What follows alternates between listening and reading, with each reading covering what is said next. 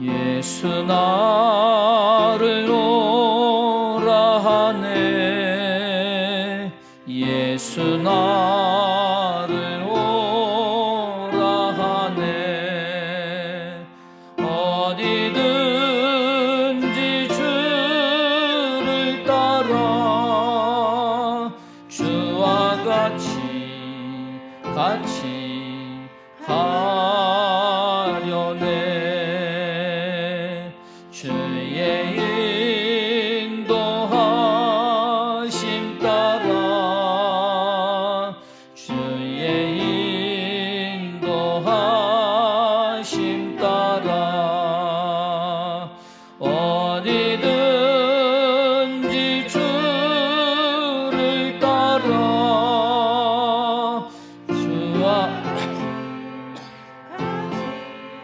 가려네.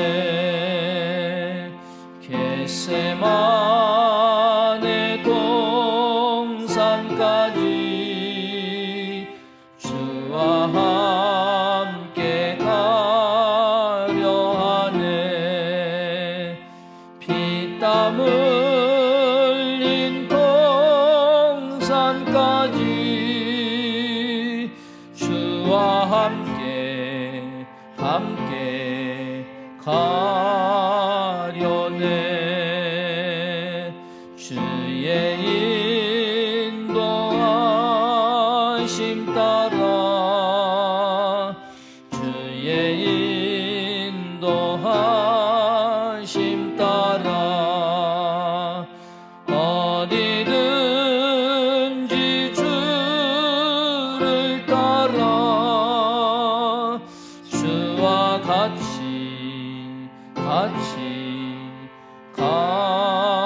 가려네. 심판하실 자리까지 주와 함께 가려 하네. 심판하실 자리까지 주와 함께 가려네. 주의 인도하심 따라 주의 인도하심 따라 어디든지 주를 따라 주와 같이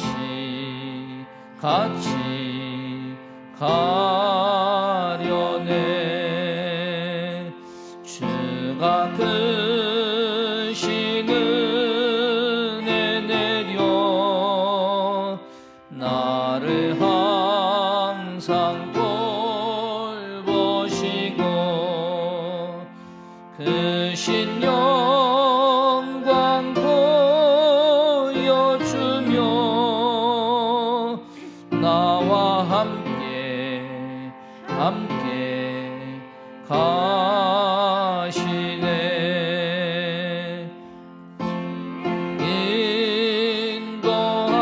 인도하심 따라 주의 인도하심 따라 어디든지 주를 따라 주와 같이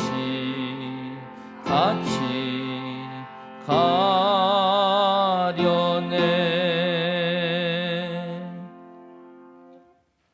서종혜 집사님 인도해 주시고 다 함께 기도하겠습니다. 거룩하고 존귀하신 주님, 이 시간 이 예배 가운데 임재하여 주시어 저희들의 예배 가운데 홀로 영광 받아 주옵소서. 사랑의 주님, 이곳에 나와 예배하며 기도하며 찬양하게 하시니 주님 감사합니다. 먼저 저희들의 마음을 붙들어 주시고 이 제단에 이 전에 나와 주님을 찬양하며 예배하게 하시니 주님 감사합니다. 아버지, 또한 온라인으로 이 예배 가운데 동참할 성도들 한 사람 한 사람의 마음 가운데도 찾아가 주시고 그들의 예배도 주님 받아주시옵소서. 아버지, 저희들 주님을 따라 산다고 고백하고 주님과 동행한다고 늘 고백하면서도 주여 저희들의 눈과 귀, 마음은 세상 가운데 있음을 이 시간 동안 주님 앞에 고백합니다. 하지만 아버지, 저희들 이제 인간이라는 핑계를 대지 아니하게 하시고 저희들의 눈과 마음과 귀와 아버지 모든 것이 주님을 향하여 따라갈 수 있도록 저희들이 인도하시며 또한 저희들의 마음을 굳건하게 하여 주시옵소서. 아버지, 세상이 전염병으로 어지러운 가운데 있어 저희들 또한 그것에 휩쓸려 때로는 어지럽게 살아가고 있습니다. 하지만 아버지, 이것이 길어질수록 저희들이 더욱더 주님 앞에 기도하게 하시고 아버지를 향하여 나아갈 수 있도록 저희들의 마음을 굳건히 붙들어 주시옵소서. 아버지, 저희들이 이런 때에 기도해야 할 것이 더욱 많음을 주님 앞에 고백합니다. 아버지, 먼저 우리 다음 세대들이 지금 온라인으로 예배를 드리며 많이 분산되어져 있고 아버지, 그들이 어디로 가야 할지 알지 못하고 있을 이때에 아버지, 그들을 위하여 먼저 기도하게 하시고 그들을 양육하는 부모들이 되어서 그들과 함께 주님 앞에 더욱더 나오기를 힘쓰며 애쓰며 기도할 수 있도록 주님 붙들어 주시옵소서. 사랑해 주님, 말로만 입으로만 그들이 아버지 주님 앞에 나와야 된다 고백하는 것이 아니라 부모로서 먼저 행동을 보이게 하시고 우리가 교사가 되어 그들을 가르치며 그들과 함께 할 수 있도록 주님 붙들어 주시옵소서. 아버지, 그래서 이 전염병이 끝난 다음에도 그 어떤 것도 걱정하지 아니하고 이 재단에 우리 아이들이 뛰노는 소리가 넘치게 하시며 우리 청년들이 더욱더 많은 곳으로 주님 앞에 드릴 수 있는 재단이 될 수 있도록 주님 붙들어 주시옵소서. 사랑해 주님, 저희들 이렇게 수요 예배로 모였습니다. 다니엘 세우신 우리 목사님 붙들어 주시옵소서.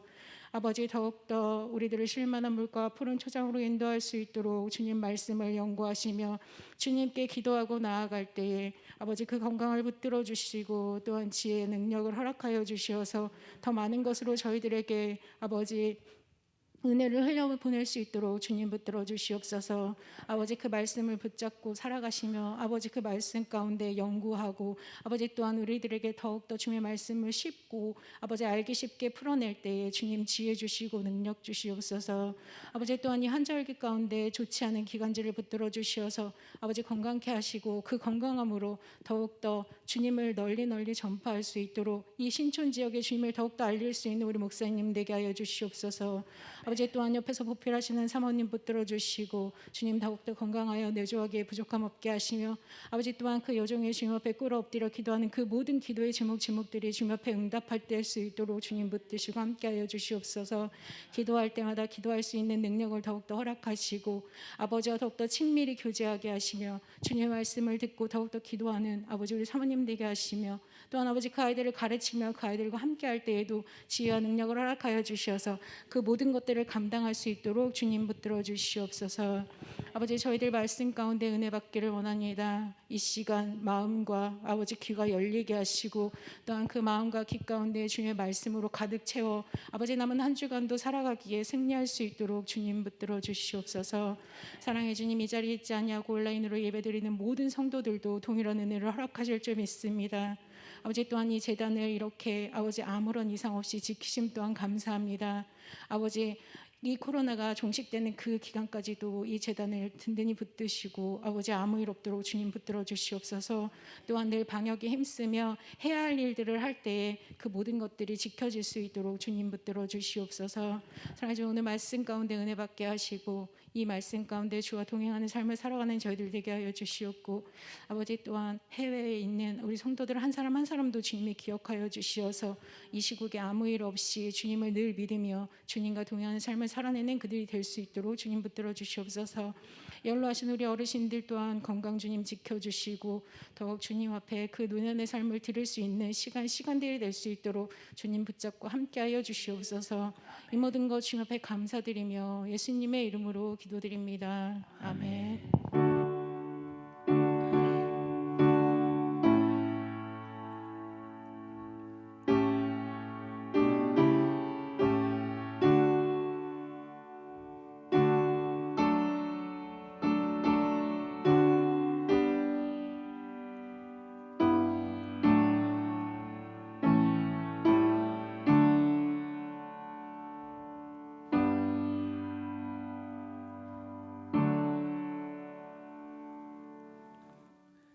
하나님 말씀 보겠습니다. 여호수아 24장 19절에서 마지막 33절까지입니다. 구약 성경 357쪽입니다. 우리 한 절씩 서로 교독하겠습니다. 여호수아가 백성에게 이르되 너희가 여호와를 능히 섬기지 못할 것은 그는 거룩하신 하나님이시요 질투하시는 하나님이시니 너희의 잘못과 죄들을 사하지 아니하실 것임이라.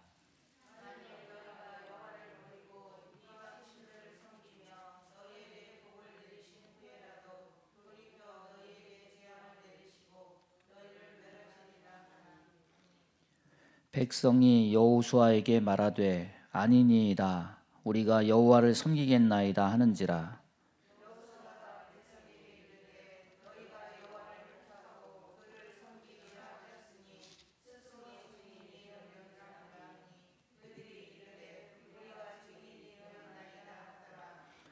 여호수아가 이르되 그러면 이제 너희 중에 있는 이방 신들을 치워버리고 너희의 마음을 이스라엘의 하나님 여호와께로 향하라 하니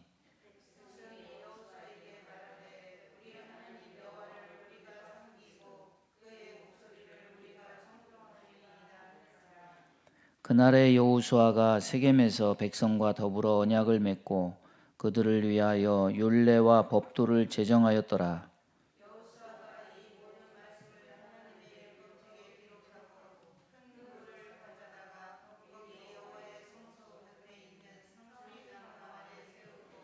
모든 백성에게 이르되 보라 이 돌이 우리에게 증거가 되리니 이는 여호와께서 우리에게 하신 모든 말씀을 이 돌이 들었음이니라. 그런즉 너희가 너희의 하나님을 부인하지 못하도록 이 돌이 증거가 되리라 하고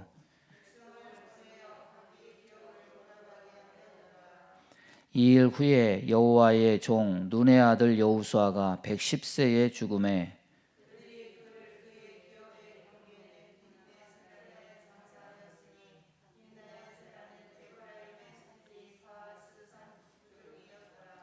이스라엘이 여호수아가 사는 날 동안과 여호수아 뒤에 생존한 장로들 곧 여호와께서 이스라엘을 위하여 행하신 모든 일을 아는 자들이 사는 날 동안 여호와를 섬겼더라.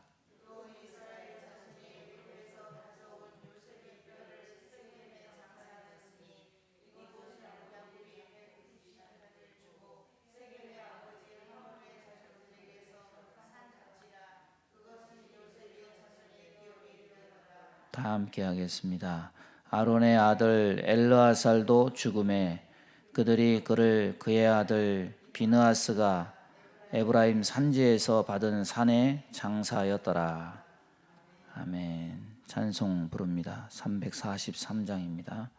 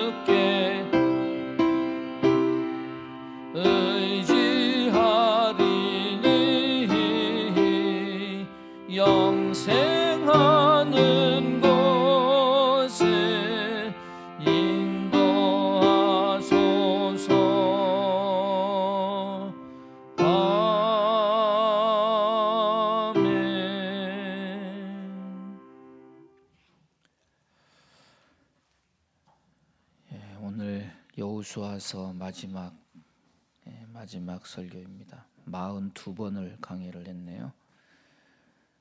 언약, 갱신과 죽음 이런 제목으로 은혜 나누겠습니다.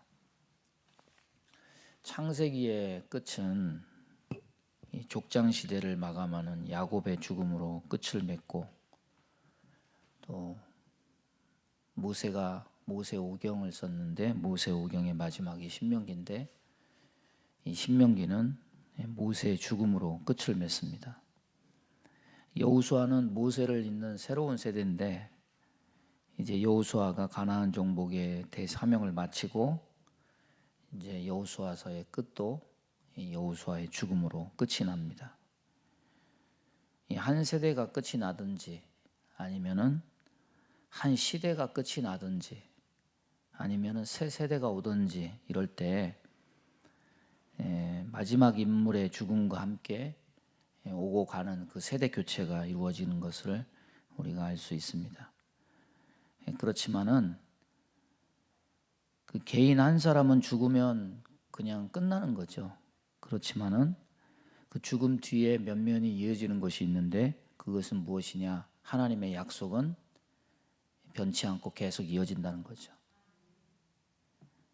죽으면서 약속을 바라보고 죽고, 야곱은 평생 자기 꾀만 쫓다가 나중에 이제 죽을 때 정신 차리고, 그때는 이제 하나님 약속만 바라보는 사람이 되지 않습니까?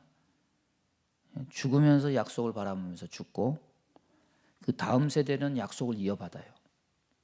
그리고 다시 그 약속을 붙잡고 살다가 또 다음 세대에게 그 약속을 넘겨요. 야곱은 죽을 때 약속을 바라보면서, 가나안을 바라보면서 죽었고, 모세는 그 약속을 이루기 위해서 사명을 받아서 출애굽을 했습니다. 그리고 가나안 정복의 바톤은 여호수아에게 넘겼고, 여호수아는 이제 그 바톤을 받아서 완수하고, 이제 그도 나이가 많아서 늙어서 이제 죽음을 앞두고 있습니다. 여러분, 사람의 인생은 이렇게 짧게 끝이 나요. 그렇지만은 하나님의 약속은 사람이 죽는다고 끝이 나는 법이 없습니다. 다음 세대에게 물려져요. 그러니까 받고 성취하고 물려주고, 이런 모습이 여호수아서 보면서 야, 참 아름답다. 우리도 이렇게 살면 좋겠다. 미래는 어린이와 청년 세대의 희망의 시간이죠. 그렇지만은 미래는 다른 면으로 보면은 두려움, 걱정, 불안의 요소도 있어요. 잠깐 유튜브 뭘 보니까 이렇게 유튜브 이렇게 딱 키면은 뭐 아무거나 막 나오잖아요. 그 고3 때 가족이 다 죽었어. 뭐 엄마는 집을 나가고, 누나는 자기가 엄마처럼 누나처럼 의지했는데 갑자기 전화 왔는데 뇌출혈로 쓰러져 가지고 가보니까, 구급차 타고 가보니까 벌써 또 자기가 의지하던 누나도 죽고, 고3 6월 달에, 10월 달에는 자다가 새벽에 아버지가 깨우는데 아버지가 간경화로 앓고 있다가 깨어서 보니까 막 피를 토하고 쓰러져 있는 거예요. 또 아버지도 이렇게 세상 천지에 자기 혼자, 야, 이거 막막한 세상 어떻게 살아가나.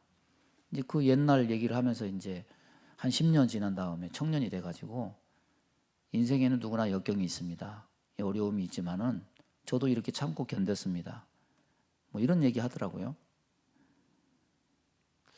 그러고 보니까, 그 얘기 들으니까 불평했던 것들이 조금, 야, 나는 부모 다 있고, 응?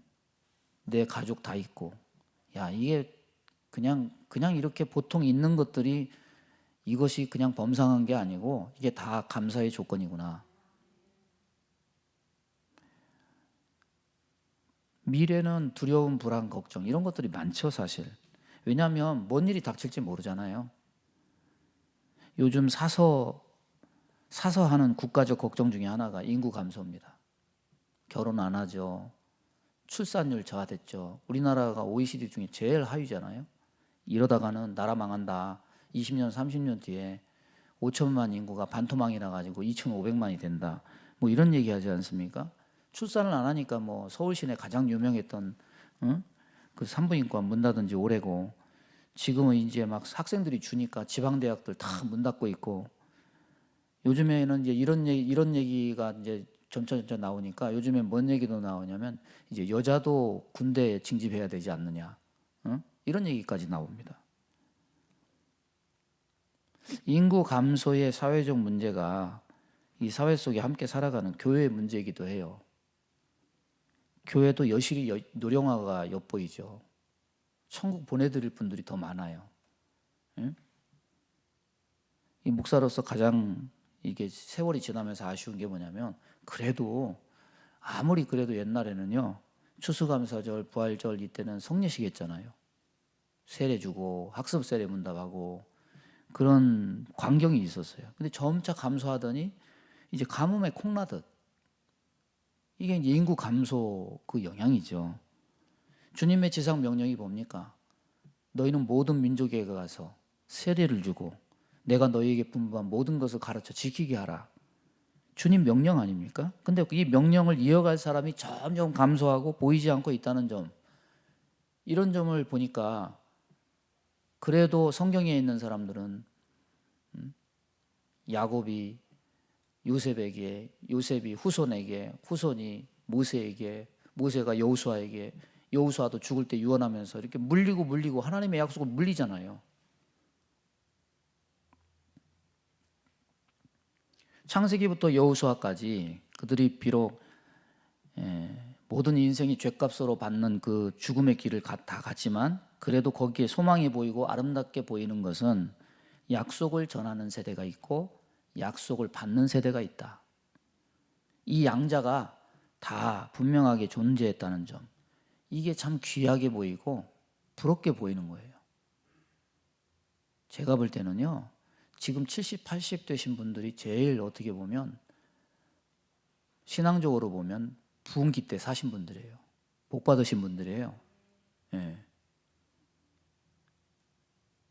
이제 저희 세대는 이제 어떤 끝물에서 이렇게 그분들 천국 보내드리고 이제 남은 사람들 잘 수습해가지고 다음 세대에 물려주는 역할이 저희 세대의 역할인 것 같아요. 창세기부터 여호수아까지 하나님이 아브라함에게 주신 약속 중에 자손과 땅의 약속이 성취되는 약 500년의 기록을 보여주죠. 아브라함에게 약속한 자손의 약속이 성취되는데 430년이 소요가 됩니다. 70명이 애굽에 내려가서 거주한 지 430년 만에 몇 명으로 불어납니까? 거의 200만 명. 장정만 60만이니까 뭐 4배만 해도 6, 4, 24. 엄청난 인구죠. 200만이 넘죠. 최소 200만이죠. 하늘의 별과 같이 바다의 모래와 같이 정말로 그 약속이 성취가 돼요. 그리고 모세와 여호수아에게 맡겨진 사명이 가나안 정복이었지만은 모세는 반쪽 사명밖에 감당 못하고 요단강을 건너가지 못하고 느보산에서 죽고, 여호수아에게 이 땅에 대한 약속이 성취될 수 있도록 하는 사명이 주어지죠. 오늘 말씀 29절 보면 여호수아가 110세에 죽었다 이렇게 나옵니다. 그러면 땅에 대한 약속이 성취되는 데는 얼마 정도의 시간이 걸렸느냐? 가나안 정복 7년, 땅 분배 3년, 약 10년 정도 걸렸다고 그렇게 얘기하죠. 자손 성취 약속보다 이 땅에 대한 약속이 실제적으로 성취되는 그 시간은 10년이니까 짧게 걸린 거죠. 그러면 이제 다 끝난 거 아니에요? 여호수아 다 끝났잖아요. 이제는 하나님이 저 창세기에서 아브라함에게 약속한 땅을 준다, 자손을 준다, 다 이루었다. 이러면 평안을 누리고 이제는 그 조상들에게 약속하신 모든 것이 다 이루어졌다. 이제는 나는 편하게 눈물을 감으면 된다. 이러면 되잖아요. 근데 오늘 여호수아의 죽음을 보면은 평안을 외치는 게 아니에요. 오늘 첫 번째로 이 고별 설교, 여호수아가 이제 고별 설교하면서 오늘 19절의 마지막으로 결론을 내는 게 뭐냐면은 경고예요, 경고. 고별 설교의 최종 결론이 뭐냐? 18절, 19절인데 요약하면 이거예요. 하나님이 이방신을 섬기면서 절대로 너희들 용서하지 않을 것이다. 그리고 너희를 멸하실 것이다. 여호와를 버리고 이방신을 섬기면 반드시 그렇게 될 것이다. 평안이 아니죠.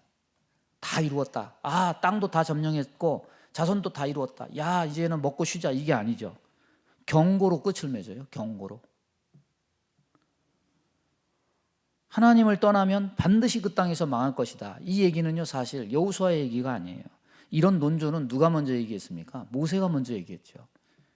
구약의 모든 선지자들이 이 시각으로 하나님을 떠나면 반드시 망한다. 이 시각으로 그들의 현실을 지적하고 미래를 예상했다 해가지고 이거를 뭐라고 얘기하냐면 신명기적 사관이다.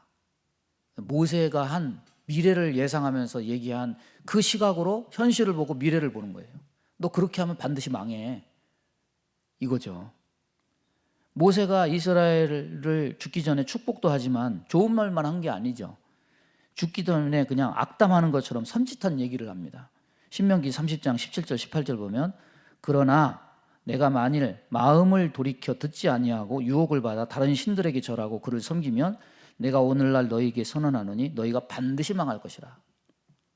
너희가 요단을 건너 가서 차지할 땅에서 너희의 날이 길지 못할 것이니라.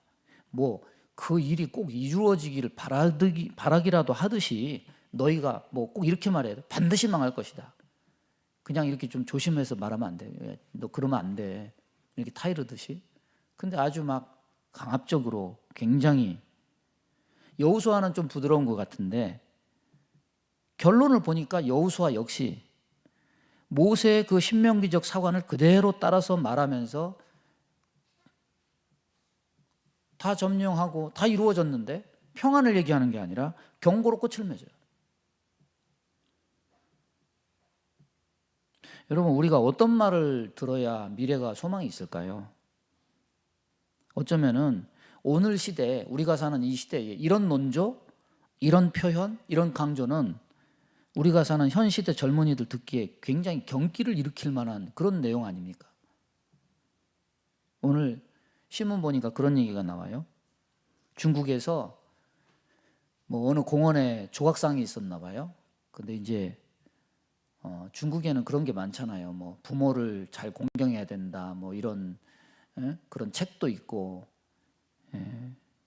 그런 어떤 옛날의 얘기들을 이렇게 한문으로 적어가지고 후대에 전해서 그런 얘기를 바탕으로 그런 책에 있는 얘기를 바탕으로 시어머니를 며느리가 모유를 수유하는 그 장면의 조각상을 공원에다가 만들어 놓은 거예요.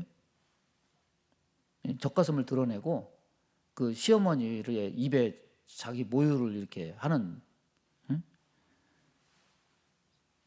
그러니까 공원을 방문했던 관광객이 이 조각상을 발견을 하고 이런 시대에 이런 조각상을 여기다 이렇게 하냐, 이건 부적절하다, 이거 당장 치워라.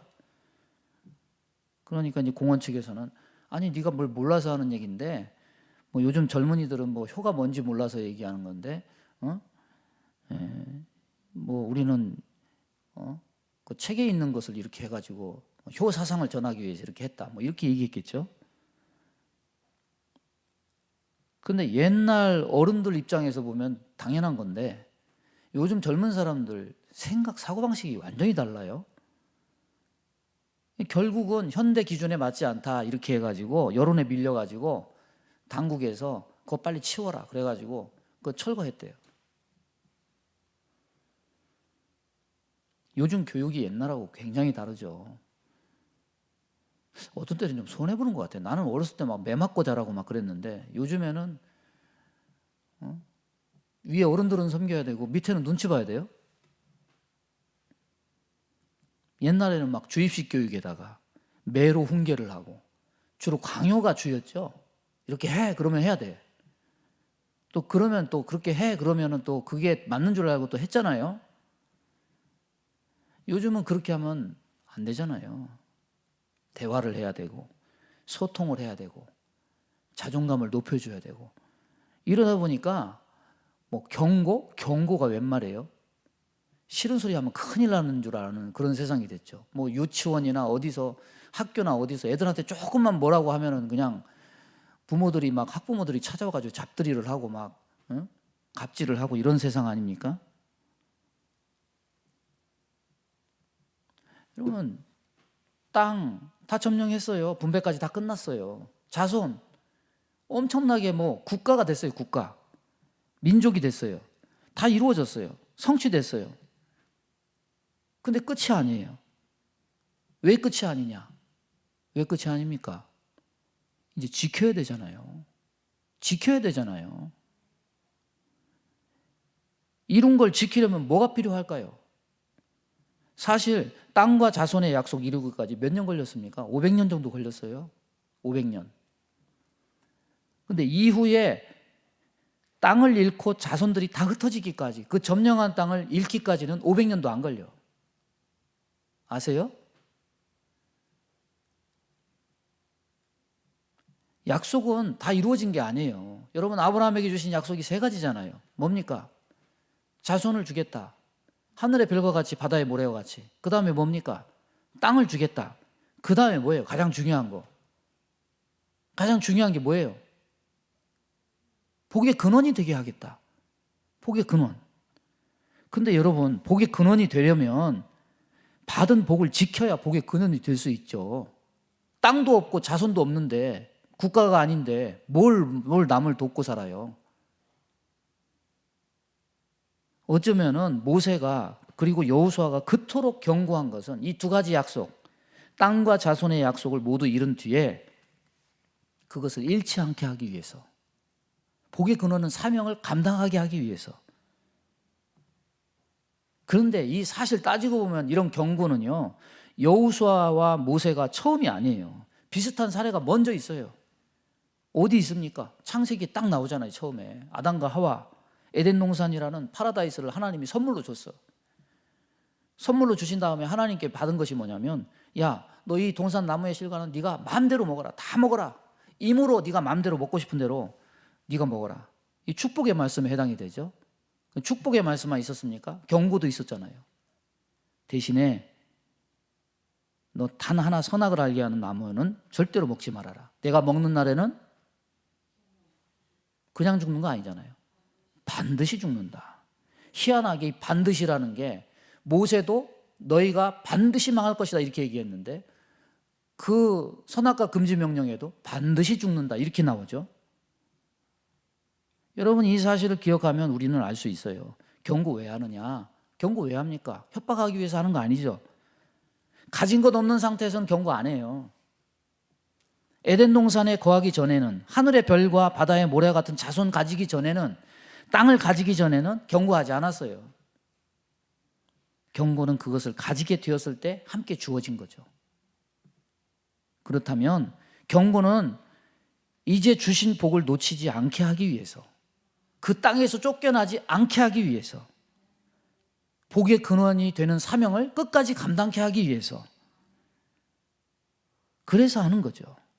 여러분, 아브라함의 복의 근원된 사명을 감당하는 것도 자손이 상실되고 땅도 상실하게 되면 뭔 복의 근원된 사명을 감당해요. 이스라엘이 다윗과 솔로몬 시대에 그렇게 번창했다가, 그때는 영향력이 있잖아요. 주변 나라애들에게. 나중에 가나안 땅 다 뺏기고 바벨론에 포로돼 가지고 그 다음에 이스라엘이 무슨 영향력을 발휘합니까? 맨날 남의 나라에다가 두드러 맞고, 그 다음에는 로마의 70년 AD 70년에 망한 다음에는 전 세계에 뿔뿔이 다 흩어져 가지고 영향력이 없잖아요. 복의 근원된 사명을 상실한 거죠. 여러분, 오늘도 마찬가지예요. 복의 근원된 사명을 감당하는 자가 되려면 반드시 주의 경고를 들어야 된다. 그래야 내게 주신 것을 유지할 수 있다. 안 그러면 에덴에서 쫓겨나. 안 그러면 가나안에서 쫓겨나.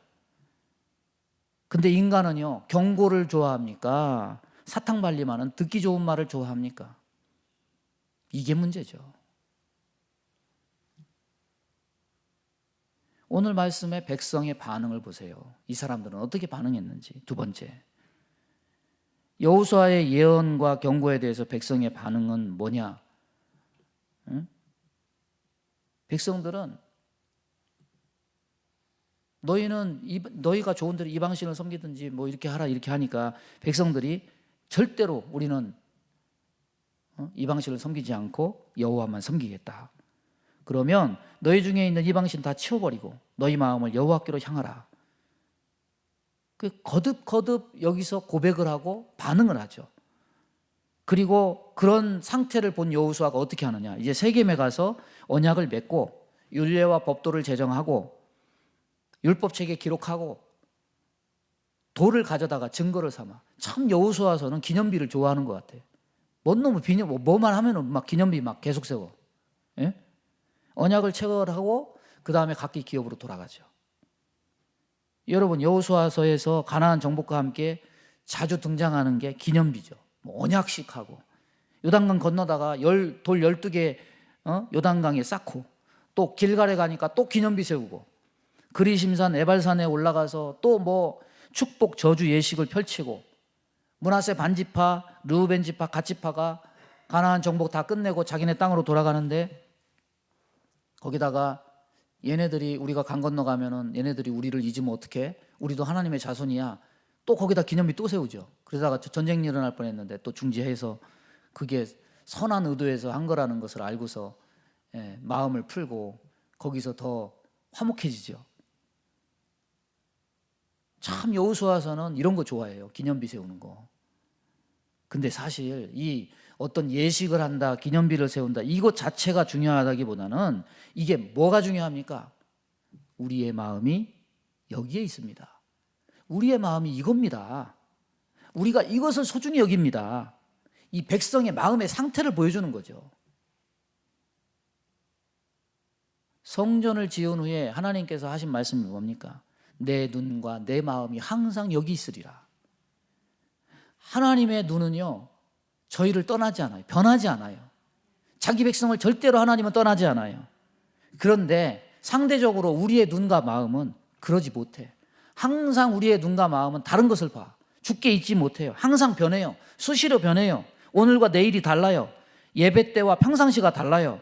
그렇다면은 우리에게 있어서 이 언약을 갱신하는 거라든지 기념비를 세우는 거라든지 이런 것들이 왜 중요한지 알 수 있어요.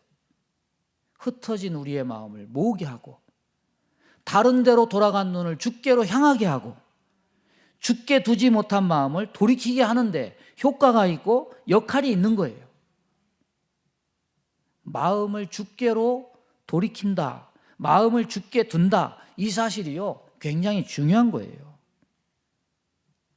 오늘 20절 말씀 보십시오. 너희에게 복을 내리신 후에라도 돌이켜 너희에게 재앙을 내리시고. 하나님도 우리가 돌이키지 않으면 하나님도 돌이키셔.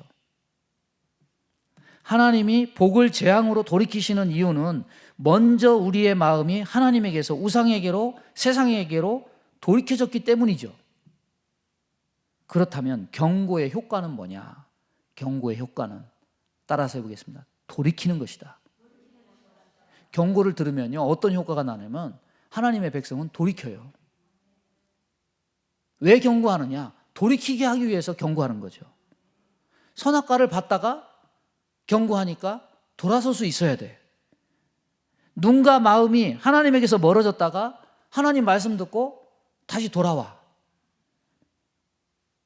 그러니까 여호수아의 경고의 효과는 뭐냐면, 그 당시에 있던 출애굽 2세대가 뭐 이런 얘기 안 해도 사실은 이 백성들은 원래부터 하나님께 마음을 드리고 가나안 정복에 앞장선 이런 믿음 좋은 믿음의 대장부들이었어요.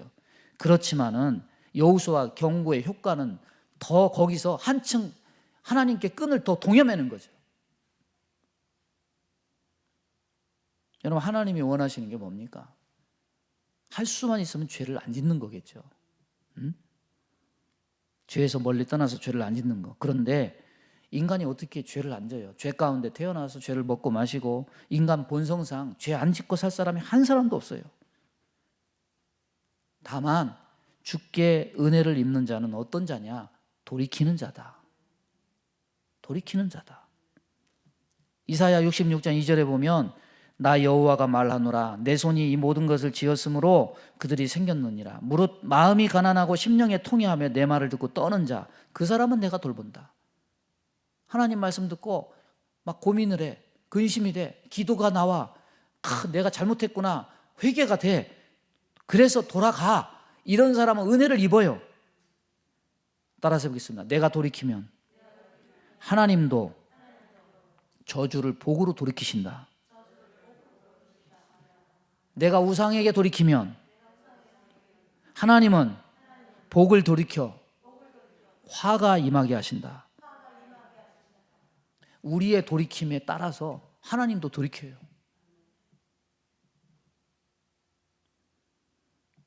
우리가 우상에게 돌이켜서 복이 저주되는 돌이킴이 되면 안 되죠. 그 반대로 세상 가운데 떼묻고 자꾸 막 세상이 보이고 이런 사람이 하나님의 은혜를 입어서 말씀을 듣고 아, 내가 잘못됐구나. 변화되고 돌이켜서 그렇게 바뀔 때 저주가 변해서 은혜가 되는 거죠. 이사야 56장 7절에 내 집은 만민이 기도하는 집이다. 이 핵심은요, 이 기도라는 이 기도의 핵심은 뭐냐면 솔로몬이 성전 헌당할 때 한 그 기도죠. 그 기도의 핵심은 뭐냐면 복 주세요 이게 아니에요. 솔로몬이 한 기도의 핵심은 뭐냐면 하나님, 이 백성은 범죄한 백성입니다. 허물 많은 백성입니다. 그러니까 평민이든 왕족이든 누구든 어떤 죄를 지었던 간에 생각나서 돌이켜 이 제단에 와서 기도하거든. 설령 나라가 망해서 이 성전이 없어서 저 먼 이방 땅에서 성전 쪽을 향해서 하나님 앞에 회개의 기도를 하거든. 하나님은 이 기도를 들으시고 우리의 죄를 사하여 주옵소서. 돌이킴에 대한 은총의 기도를 얘기하는 거예요.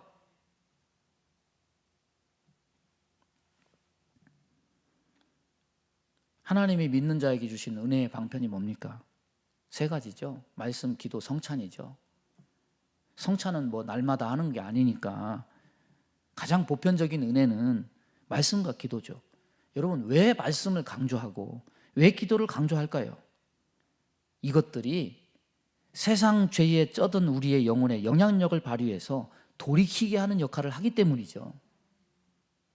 예배 드리면서 뭐 때로는 졸기도 하고 딴 생각도 하지만은 말씀 들을 때 아, 내가 잘못됐구나.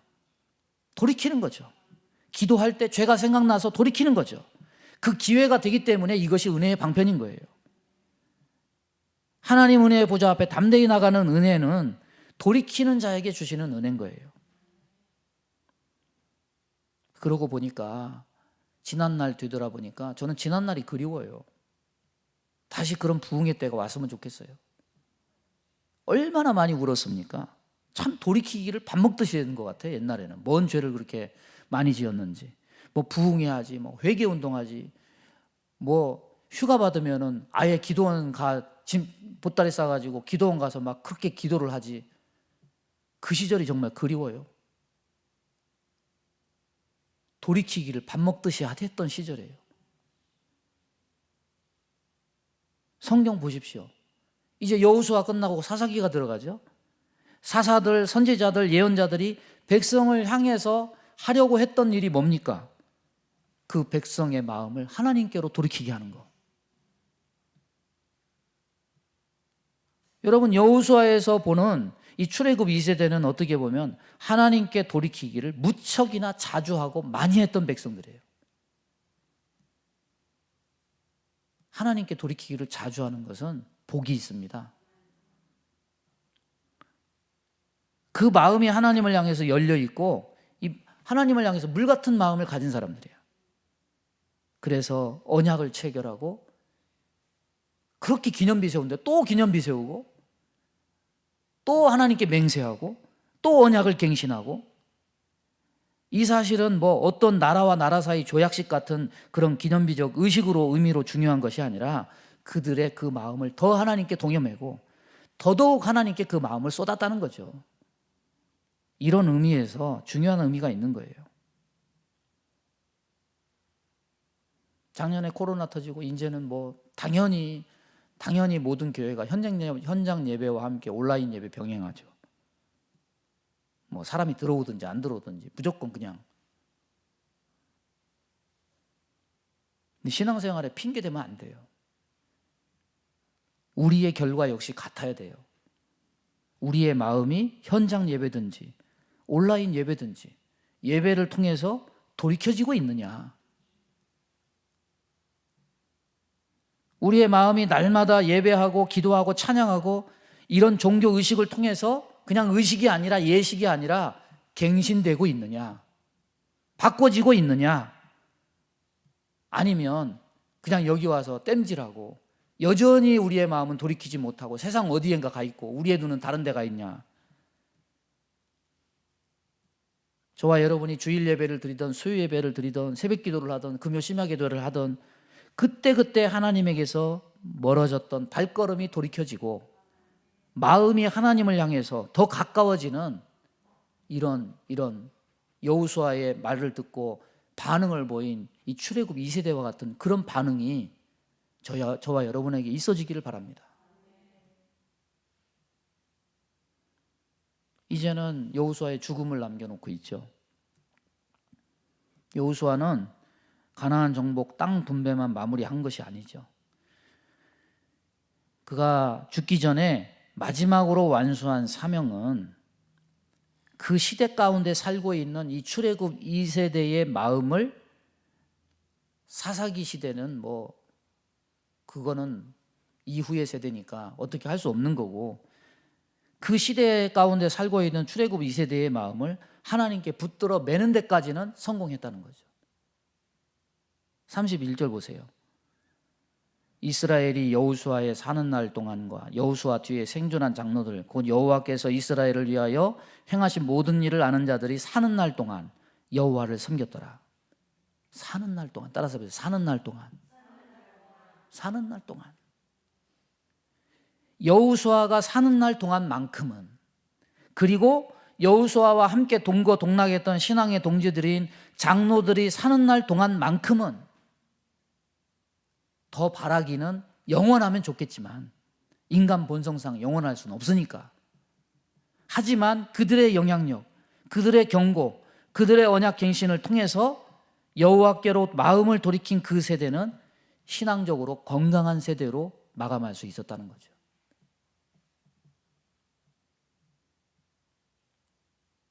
여러분, 뭐가 복의 근원이 된다고 생각하십니까?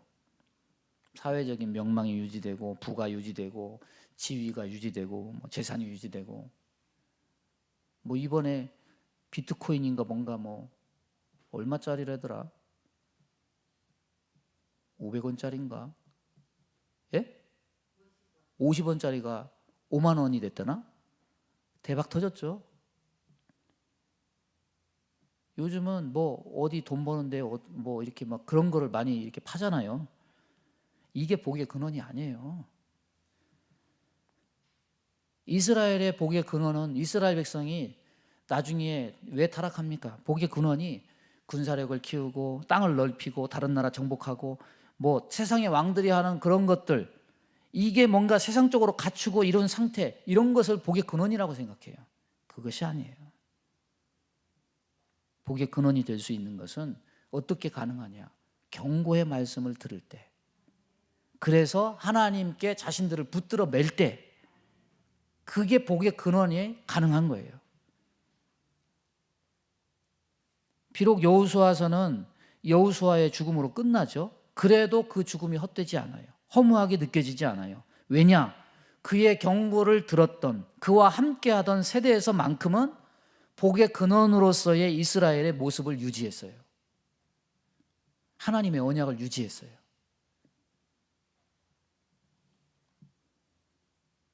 여러분, 성을 정복하기보다 성을 지키기가 더 어렵다 그러죠. 전쟁이 어려울까요? 정치가 어려울까요? 전쟁은요 짧아요. 3년, 5년, 10년. 전쟁이 끝나면 정치가 시작된다고 그러죠. 정치는 정복하는 게 아니에요. 정복한 지역을 다스리고 지키는 거죠. 이게 더 어렵다는 거죠. 신앙도 마찬가지예요. 에덴 동산 받는 건 쉬워요.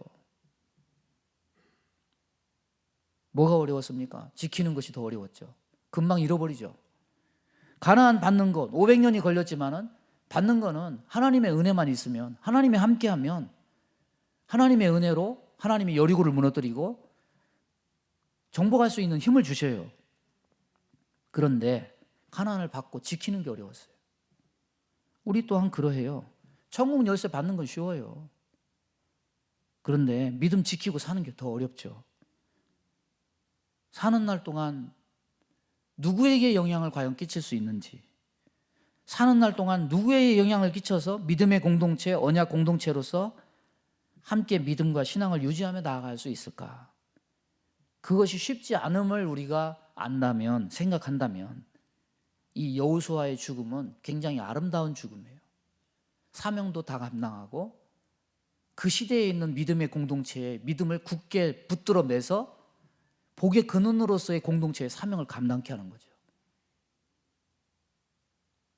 요즘에 그런 생각을 해요. 이렇게 막 시대가 확 바뀌니까 5년 뒤에는 어떻게 될까? 10년 뒤에는 어떻게 될까? 여러분도 그런 생각 하실 거예요. 우리 교회의 미래는 어떻게 될까? 다음 세대는 어떻게 될까? 이런 것들이 항상 마음에 남아있죠.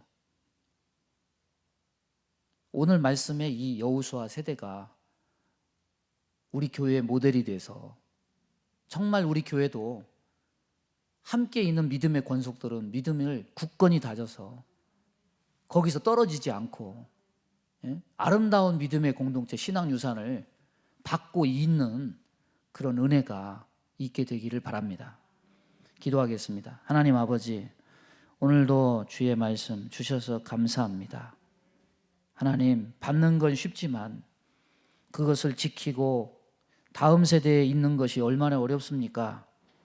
하나님, 오늘 이 말씀에 여호수아의 이 사건이 우리 교회의 다음 세대의 신앙을 잇는 모본이 되고 모델이 되어서 이 혼탁하고 어려운 세대 속에 우리가 흔들리지 않고 믿음의 유업을 잘 이어나갈 수 있는 신앙 믿음 공동체가 되게 인도해 주옵소서. 하나님, 눈에 보이는 것 신뢰하지 말고 우리가 복에 근원된 사명을 잘 감당할 수 있도록 하나님이 주신 것들을 잘 지켜나갈 수 있도록 하나님 은혜 주시고 인도하여 주옵소서. 예수님의 이름으로 기도하옵나이다. 아멘. 569장 찬송합니다.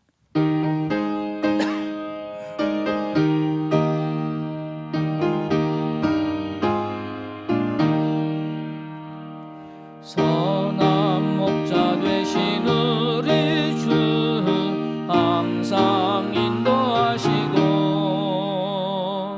푸른 풀밭 좋은 곳에서 우리 먹여주소서. 선한 목자 구세주여 항상 인도하소서.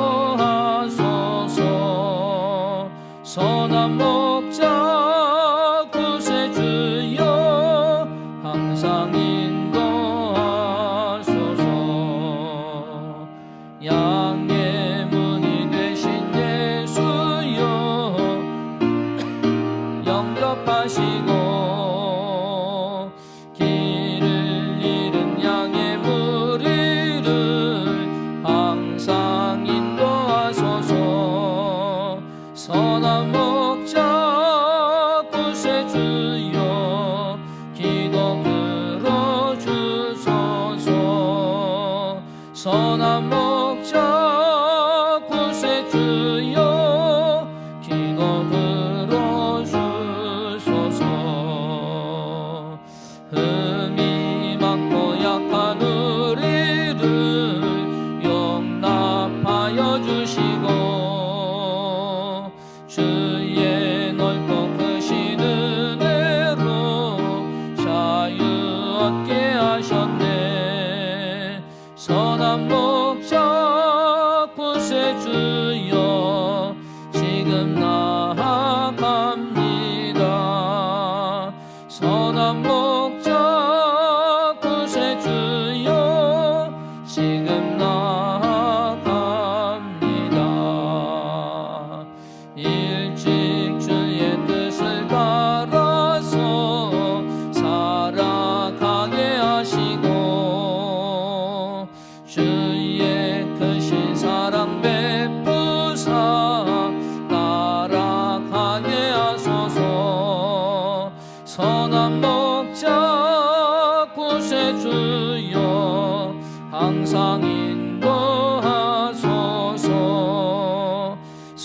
목적 구세주여 항상 인도하소서.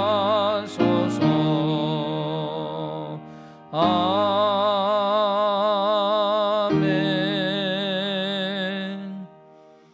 우리 다 함께 주님 가르쳐 주신 기도로 수예배를 마치겠습니다. 하늘에 계신 우리 아버지여, 이름이 거룩히 여김을 받으시오며 나라에 임하옵시며 뜻이 하늘에서 이룬 것 같이 땅에서도 이루어지이다. 오늘날 우리에게 일용할 양식을 주옵시고 우리가 우리에게 죄 지은 자를 사하여 준 것 같이 우리 죄를 사하여 주옵시고 우리를 시험에 들게 하지 마옵시고 다만 악에서 구하옵소서. 대개 나라와 권세와 영광이 아버지께 영원히 있사옵나이다. 아멘.